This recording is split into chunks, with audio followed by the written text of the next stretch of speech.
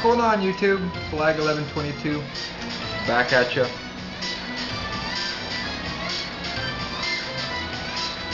Smoking my Peterson system pipe. I think this is number 302. It's an XL size. I'm not too crazy about the system, but it's a nice cool smoke. Definitely not crazy about this P-lit business here.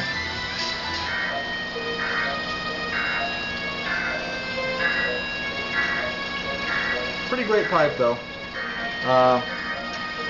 In it I'm smoking some Golden Cashmere from Just For Him. It's from the Just For Him in Springfield, Missouri. Great tobacco shop, wonderful selection, really nice folks there.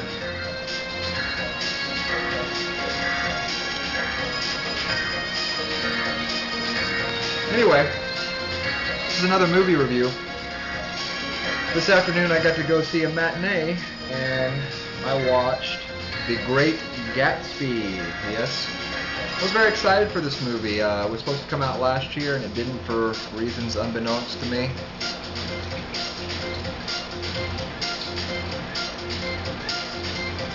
So I was pretty stoked to see it today.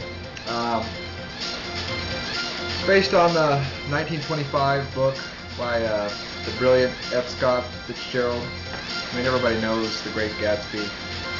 It's a classic, and many people consider it probably the greatest novel written in the 20th century. I don't know. I think that's up for debate, but to each his own.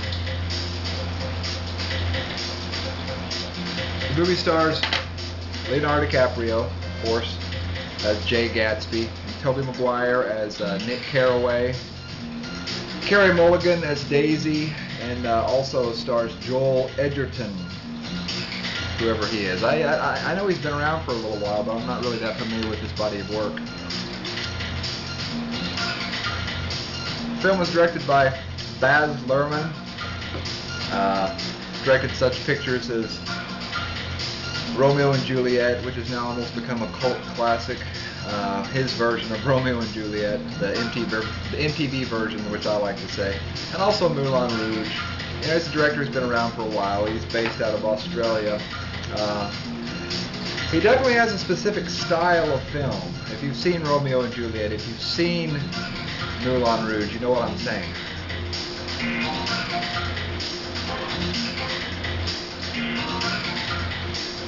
I think he's kind of infamous for taking classic works and kind of thrusting them into a more modern mindscape, especially as far as music is concerned. I know Romeo and Juliet still use the prose, but it was based in like modern day and had really eclectic music.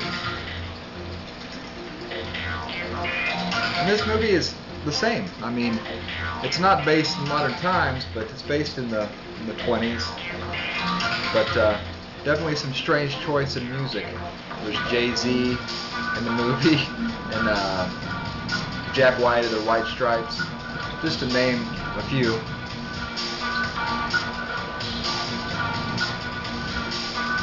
I know a lot of people are critical of that, but you know what? That doesn't really bother me. If you know Baz Luhrmann, you know he's going to do that in this movie. So if you know he directed this movie and you don't like it, stay away from it. That didn't bother me at all.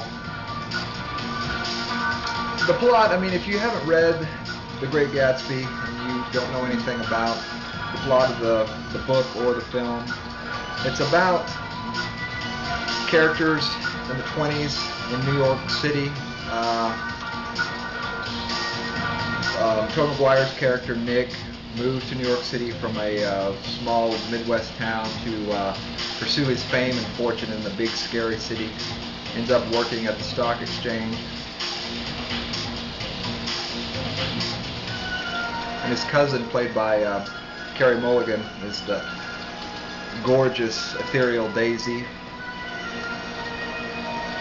And he moves in kind of next door to her, kind of across the lake from her. And living right next to Nick's character, Tobey Maguire's character, is this mysterious figure, Gatsby, living next door to him in this palatial estate. And he eventually kind of hooks up with, becomes friends with Gatsby. And little by little, the mystery is peeled away to reveal who Gatsby really is.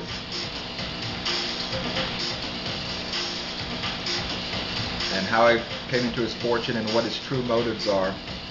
I'm not going to go into the plot points of the movie because I don't, a lot of people are familiar with the book, but people who aren't familiar with the book or movie, spoiler free here. But I will say that this movie it's definitely sort of a class war type movie. I mean, in some aspects, the film kind of chimes with modern sensibilities as far as like, the ultra rich, the 99% versus the 1%, and the people who have money are always going to have money, and they're always going to do okay and come out on top to a certain extent. I'll talk about the acting a little bit. Leonardo Dicaprio first is Jay Gatsby. I'm really a big Leo fan, and I do think he gets better with age, like a fine wine. And you'll see Gatsby at first, maybe the first like 20 minutes of the movie, you don't see much of Gatsby at all. He's just kind of behind the scenes, looking out through windows, kind of creepy, like a voyeur. But he gives a fairly rich performance in this movie. I definitely don't think it's the role of a lifetime for him, and that's really not his fault. It's just a really particular type of role, that you don't know throughout the movie what his motives are. His motives aren't clear, and but he does a good job. He's always good. There's little moments of bright light in there for Leo. Tobey Maguire has probably got the most difficult role in the entire picture. His character Nick, in the book, what works in the book, not necessarily going to work in the theater, in a movie. In the book, he's kind of telling you the story, after the fact, and that works really well in like a narrative, in a book narrative, but not in a movie. So you just see Tobey Maguire a lot in this movie, just kind of standing in the background, observing really important action and really important scenes with much more interesting people than himself, and that's kind of sad because Tobey is a really, really great actor himself. And I was talking to I went with a friend, and her and I were talking about the fact that we couldn't get past the fact that, hey, it's Spider-Man up on the screen. There's one scene where he's up on this kind of fire escape, and you just expect him to shoot webs out at the film. I think that would liven things up a little bit. Maybe they should have considered combining Great Gatsby with Spider-Man. That would be kind of a nice amalgam. Carey Mulligan, another just great actress. Her movie An Education was fantastic. She doesn't have much to do in this film either, which is kind of unfortunate. I will say this, that she does kind of a good job at making Daisy kind of at least understandable. When you read the book, you don't really get that, and you might despise her. So she at least gives a little humanity to the role of Daisy, and I appreciate that. And Joel Edgerton, like I said, I'm not really familiar with that actor, but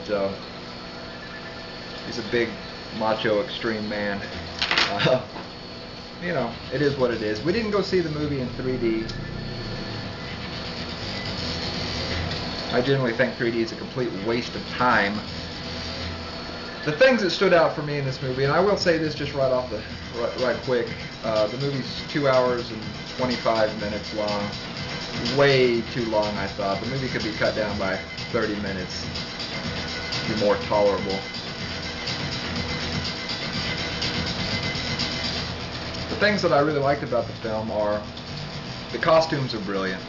Baz Luhrmann's wife, Catherine Martin, did the costume design for this movie. She's an Oscar-winning costume designer, and costumes are just gorgeous, just flowing, sleek dresses, and just cool. You just want to make the movie. Just kind of makes you want to like live in the 20s and party and be decadent, and develop morbid alcoholism, like some people in the film develop. Also, the music does work. I mean, the soundtrack I like. The Jay-Z songs and the kind of quirky soundtrack. The movie is beautiful. It was shot beautifully. I know a lot of it was done digitally. Most of the film was filmed in Australia, in Baz Luhrmann's home country. So it's kind of fascinating to look at. I don't, like I said, I don't know what it would have looked at in 3D. Although I've heard 3D reviews and they're not that great. So you might want to save yourself some money and just see the 2D if you're going to see this. The pacing, let me talk about the things I didn't like, and there's a few of them. The pacing in this movie is just all over the place. And I kind of wish that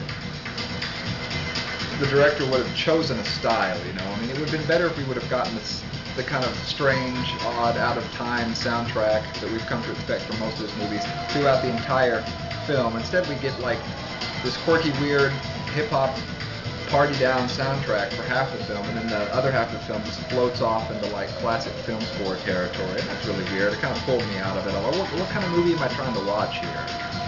Is it like a period piece, or is it like a fun, hip kind of MTV,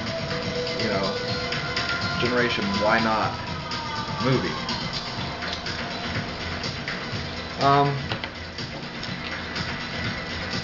And I don't know. Most of the movie, to tell you the truth, I just didn't find that fascinating. There was a lot of times I was looking at the clock, I was like, God, is this going to be over? So never a good sign. Like I said, visually it's beautiful. The acting was as good as you could expect. You would think that with this level of actors and actresses in the movie, it would have elevated the movie into something spectacular. But you know what? I think it's just the curse of maybe the trying to do a film adaptation of The Great Gatsby. I know there's been like 4 or 5 different film versions done, and I know the last one I think was starring Robert Redford and Mia Farrow, and a lot of people think that's an absolute disaster. And there's also one supposed silent version of this film, and it's lost. Nobody can seem to find it, so I guess it's just lost in the vaults. But you know what? I'm going to have to give this movie a C+, and I kind of hate to do that because I was really looking forward to it, but it's really just kind of all surface and no depth. But in a way, maybe that's kind of what Fitzgerald's book was about. It was a decadent time in the 20s. It was before the stock market crash. It was kind of the height of the Babylonian era in America. And you know what? That's kind of where we're at right now, isn't it? So I'm still going to stick with C+. One little kind of interesting trivia tidbit here is there was a 8-bit Super Nintendo game for The Great Gatsby. Can you believe that? And it involved Tobey Maguire's Nick Carraway character going around invading like wine bottles being thrown at him by butlers in the 20s. Very strange that there was a Nintendo game based on this movie. Anyway, guys and gals, go ahead and see this if you like. It's beautiful to look at, and it's always nice to see Leo. We'll see. My next review will probably be the new Star Trek movie. I'm really looking forward to that one. I love the first one. Anyway, guys and gals, gonna smoke my pipe. Been yakking and yakking. I let it go out. That's all from me. Thank you for watching and subscribing. See you next time.